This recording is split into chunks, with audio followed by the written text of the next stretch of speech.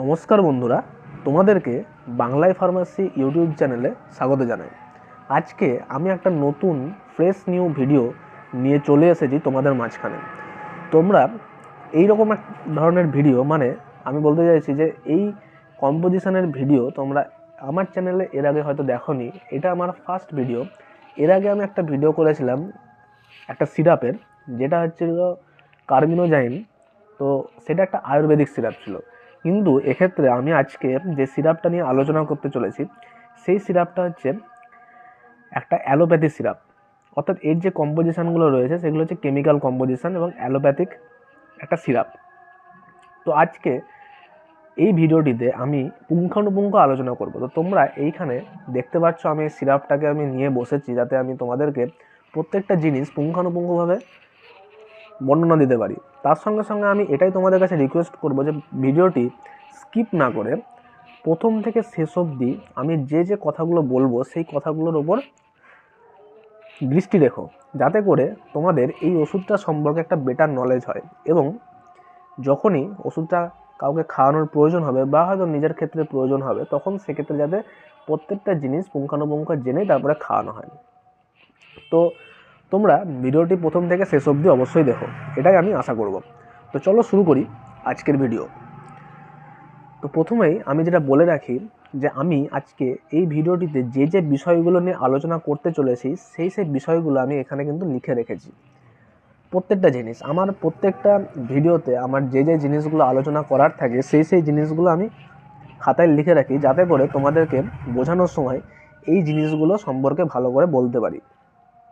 তো প্রথমে যেটা বলে রাখি এই ওষুধটার, তাহলে আমি আজকে কী কী জিনিস নিয়ে আলোচনা করব সেটা আগে প্রথমে বলি। প্রথমে আমি এর name, labelling, composition, use, dose, এই সমস্ত জিনিস নিয়ে আমি আলোচনা করতে চলেছি।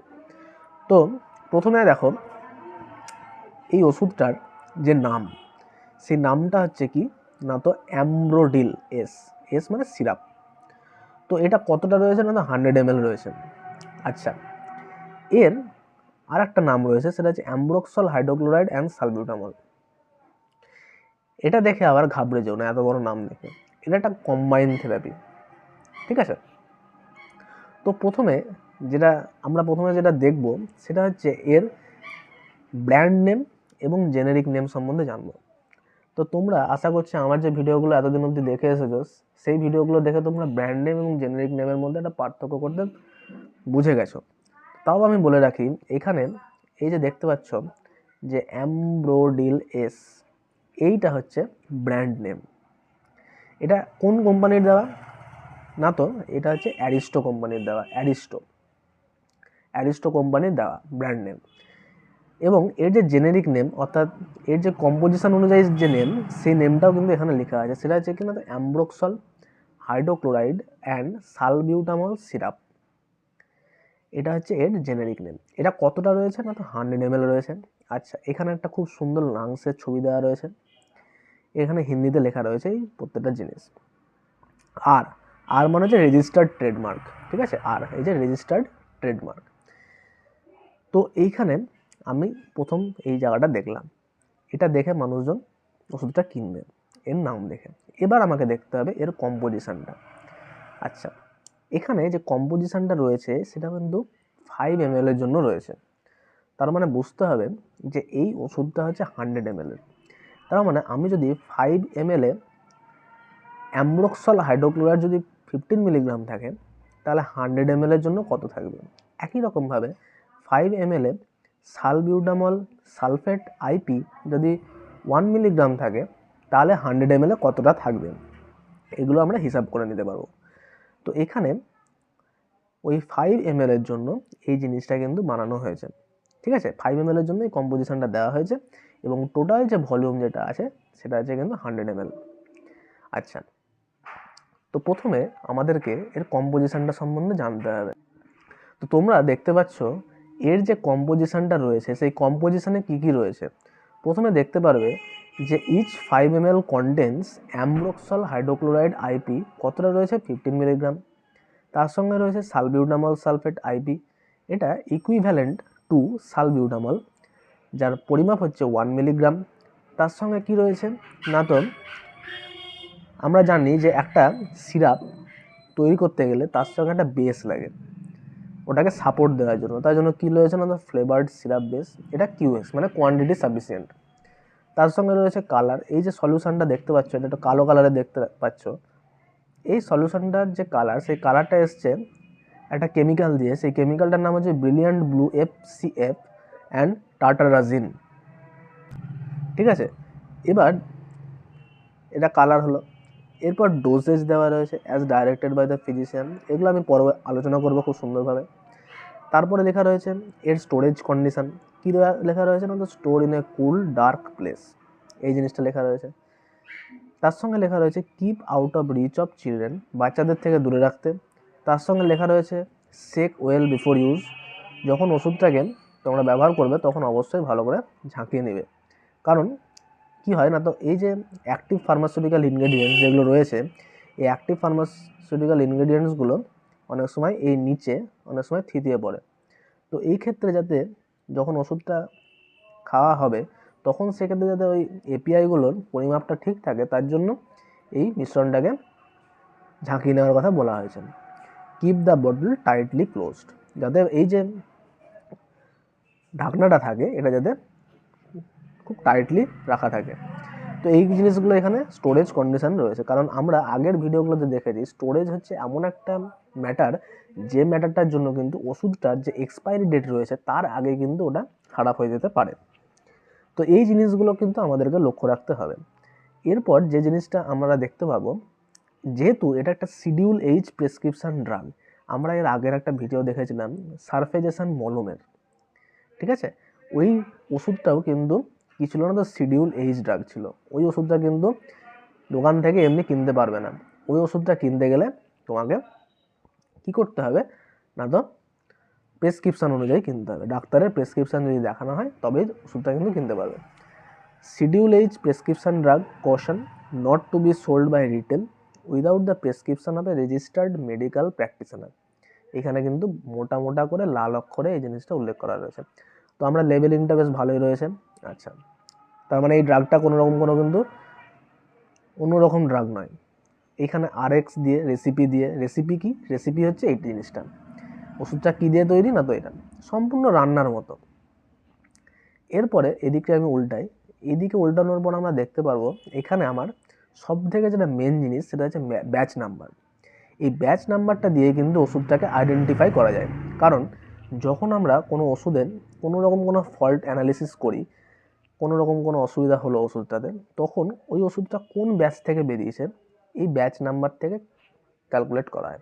কারণ এই যে ব্যাচ নাম্বারটা তোমরা দেখতে পাচ্ছ, এই ব্যাচ নাম্বারটার প্রায় লাখো লাখো এরকম ধরনের ওষুধ বেরিয়েছে।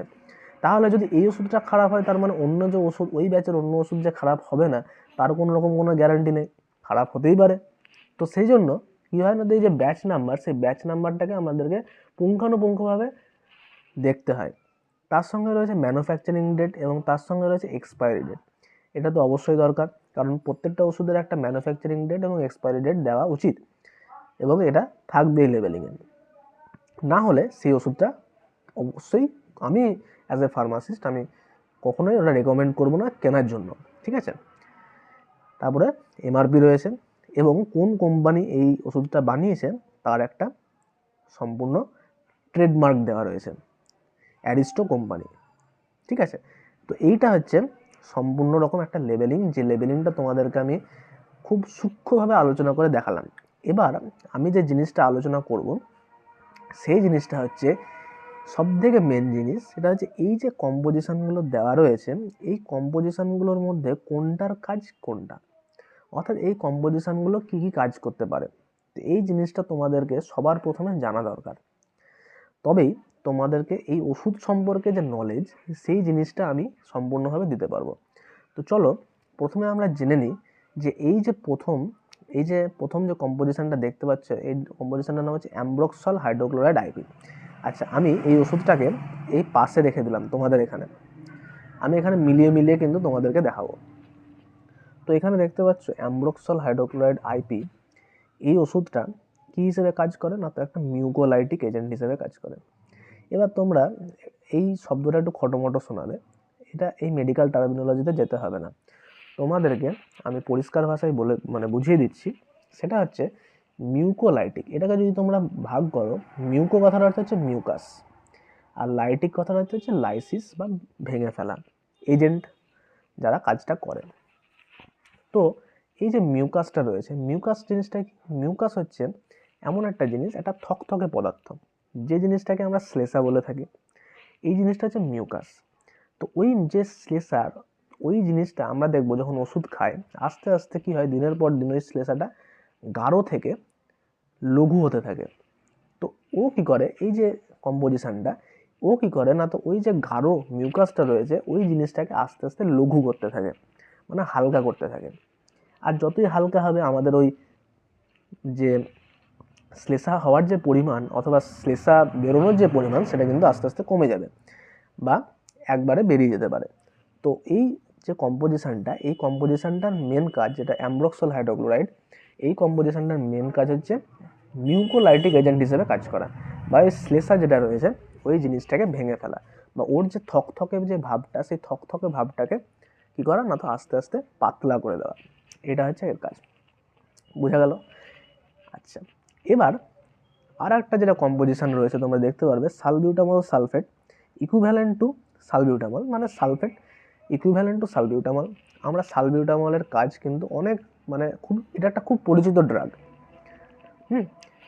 এটা এই কারণেই পরিচিত, কারণ আমরা রিসেন্টলি লক্ষ্য করতে পারবো যে বেশিরভাগ মানুষেরই কিন্তু অনেকেরই শ্বাসকষ্টের প্রবলেম রয়েছে।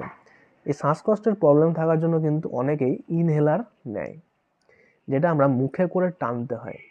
ওই যে মেশিনটা থাকে, ওই মেশিনটার ভেতরে কিন্তু সালবিউটামল দেওয়া থাকে। সালবিউটামলটা এই জন্যই দেওয়া থাকে যাতে করে ওই যে যখন টানে, ওটা কিন্তু ওর কি হয় না, তো ওর যে লাংস, সেই লাংসের মধ্যে কিন্তু যাতে পৌঁছতে পারে, এবং ওর যে প্যাসেজটা রয়েছে ওই প্যাসেজটাকে যাতে ক্লিয়ার করতে পারে। ঠিক আছে?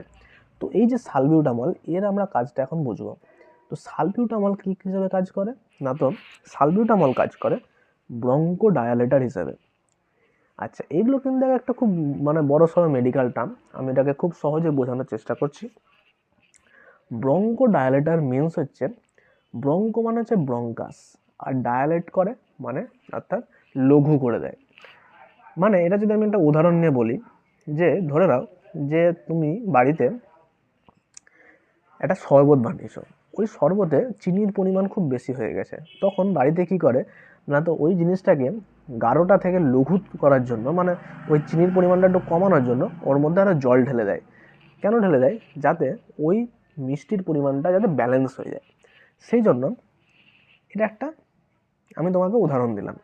সেরকমই এই যে ব্রঙ্কো ডায়ালেটার্স রয়েছে, এই ব্রঙ্কো ডায়ালেটার্সের কাজ হচ্ছে, এরা যে ব্রঙ্কিওলস আছে বা ব্রঙ্কাস আছে, ওই যে প্যাসেজ, এই যে ন্যারো প্যাসেজটা রয়েছে, এই প্যাসেজটা কি হয় না, তো বিভিন্ন অসুখ যেগুলো রয়েছে, অ্যাজমা, ব্রঙ্কাইটিস, এই সমস্ত অসুখে এই প্যাসেজটা কিন্তু এরকম যদি এরকম থাকে তাহলে এরকম হয়ে যায়, ছোট হয়ে যায়। তো ওরা কি করে না, তো ওরা ওই ওষুধটা কি করে, বিভিন্ন রকম মেডিয়েটার রিলিজ করে, যার সাহায্যে কি হয় না, তো ওই যে ব্রঙ্কাস, ওটা কিন্তু আস্তে আস্তে ডায়ালেট হয়ে যায় বা বড় হয়ে যায়। তার ফলে ওর মধ্যে হচ্ছে হাওয়া, এই যে হাওয়াটা যেটা পাস হচ্ছে, সেই পাস হওয়ার যে পরিমাণটা, সেই পরিমাণটা কিন্তু আস্তে আস্তে বেড়ে যায়। ঠিক আছে? অর্থাৎ এর যে ন্যারো প্যাসেজ যেটা ছিল, এই ন্যারো প্যাসেজটা কিন্তু লার্জ হয়ে গেল। তার ফলে কি হচ্ছে, তার ফলে ও শ্বাস প্রশ্বাস নিতে ওর সুবিধা হচ্ছে, ও খুব ভালো করে সমস্ত কিছু কাজ করতে পারছে। তো এইটা হচ্ছে সালবিউটামলের কাজ। এর থেকে তাহলে আমরা জানতে পারলাম সালবিউটামল ব্রঙ্কোডায়ালেটর হিসেবে কাজ করে। এবার এই যে ওষুধটা, এই ওষুধটা তাহলে কোন কোন ডিসঅর্ডারস বা কোন কোন অসুখে কাজ করে? বিশেষ করে এই ওষুধটা কাজ করে বিভিন্ন রেসপিরেটরি ডিসঅর্ডারের ক্ষেত্রে। রেসপিরেটরি ডিসঅর্ডার, এবং কোন কোন রেসপিরেটরি ডিসঅর্ডার? রেসপিরেটরি ডিসঅর্ডারের মধ্যে পড়ছে যেমন সিওপিডি, যার ফুল ফর্ম হচ্ছে ক্রনিক অবস্ট্রাকটিভ পালমোনারি ডিজিজ। ঠিক আছে? তারপরে অ্যাজমা রয়েছে, ব্রঙ্কাইটিস রয়েছে, এমফাইসেমা রয়েছে। এই জিনিসগুলোর উপরে কিন্তু এছাড়াও আরও যে সমস্ত ডিসঅর্ডার্স রয়েছে রেসপিরেটরি, এটা completely based on respiratory disorders. তাই জন্য আমি এই কথাটা পরিষ্কারভাবে উচ্চারণ করে দিতে চায়। তো এই অসুখগুলোর ক্ষেত্রে কিন্তু এই ওষুধটাকে কাজে লাগানো হয়, ডাক্তারবাবুরা প্রেসক্রাইব করেন। এবার আমি একটা জিনিস বলতে চাই যে এখানে একটা ডোজেজ ফর্ম দেওয়া রয়েছে, ঠিক আছে? আমি এইখানে দেখাতে চাইবো এই ওষুধটার গায়ে যে ডোজেজটা দেওয়া রয়েছে, as directed by the physician. অবশ্যই ফিজিশিয়ান যিনি তোমাকে ওষুধটার ট্রিটমেন্ট করছেন তিনিই বুঝবেন যে তোমাকে কতটা পরিমাণে দেওয়া যেতে পারে। এবার আমি একটা জেনারেল এক্সাম্পল দিচ্ছি, বা এটাই হয় সাধারণত ডাক্তারবাবুরা এই ডোজেজ ফর্মটা দিয়ে থাকেন। তার মধ্যে সেটা হচ্ছে কি, সেটা আমি বলে রাখছি। এখানে আমি দেখো লিখে রেখেছি, অ্যাডাল্টদের ক্ষেত্রে 10 ml, অর্থাৎ 2 থেকে 3 বার ডেলি, ঠিক আছে? আর যারা বাচ্চা রয়েছে তাদের ক্ষেত্রে 2.5 থেকে 5 ml এইটা। এবার এই জিনিসটা কীভাবে মাপবো, অনেকের মনে প্রশ্ন থাকতে পারে যে এই যে 10 ml বলছে, 2.5 ml, 5 ml বলছে, এটা কী করে মাপবো? তো এই যে ওষুধটা দেওয়া রয়েছে না, এই ওষুধটা যদি আমি এরকমভাবে তুলি, তো এখানে একটা এই জিনিস রয়েছে, এরকম একটা ক্যাপ রয়েছে, ঠিক আছে? তো এই যে ক্যাপটা রয়েছে তোমরা দেখতে পারবে, আমি এখানে তোমাদেরকে দেখাতে চাইবো। এইখানে দেখো লেখা রয়েছে, এটা হয়তো ক্যামেরা নিতে পারবে না, তো আমি দেখাতে চাইবো। এইখানে দেখো লেখা রয়েছে 7.5 ml, 7.5 ml লেখা রয়েছে। তার সঙ্গে দেখো লেখা রয়েছে 2.5 ml, দেখো লেখা রয়েছে 2.5 ml, ঠিক আছে? 2.5 ml লেখা রয়েছে। তারপরে দেখো লেখা রয়েছে 5 ml, তারপরে দেখো লেখা রয়েছে 10 ml, ঠিক আছে? 10 ml মানে হচ্ছে পুরোটা। তো এইটা হচ্ছে সম্পূর্ণ ব্যাপার। তো দেখো আমি প্রত্যেকটা জিনিস কিন্তু আমি তোমাদেরকে পুঙ্খানুপুঙ্খ, মানে এই ওষুধটার এই মানে পুরো লেবেলিং, কম্পোজিশন, সমস্ত জিনিস, এবং কম্পোজিশনের কোন জিনিসটার কাজ কি, সমস্ত কিছু কিন্তু বোঝানোর চেষ্টা করেছি। এবার তোমাদের যদি কোনো রকম কোনো কোশ্চেন থেকে থাকে তাহলে অবশ্যই একটা কমেন্ট করে দিও, যদি কোনো রকম কোনো কোশ্চেন থেকে থাকে। আর আমার মেল আইডি দেওয়া রয়েছে, সেই মেল আইডিতেও আমাকে কমেন্ট করে মানে জানাতে পারো। তো ভিডিওটা যদি ভালো লেগে থাকে তাহলে অবশ্যই একটা লাইক করে দিও এবং সাবস্ক্রাইব করে দিও। আর যদি বেশি ইনফরমেটিভ মনে হয় বা ভালো মনে হয় তাহলে নিজের চেনা জানা পরিচিতদের সঙ্গে অবশ্যই ভিডিওটা শেয়ার করে দিও, যাতে করে আমি এরকম ধরনের জিনিসের ওপরে আরও পুঙ্খানুপুঙ্খ পর্যালোচনা করতে পারি, যাতে করে তোমাদের সুবিধা হয় প্রত্যেকটা জিনিস জানতে।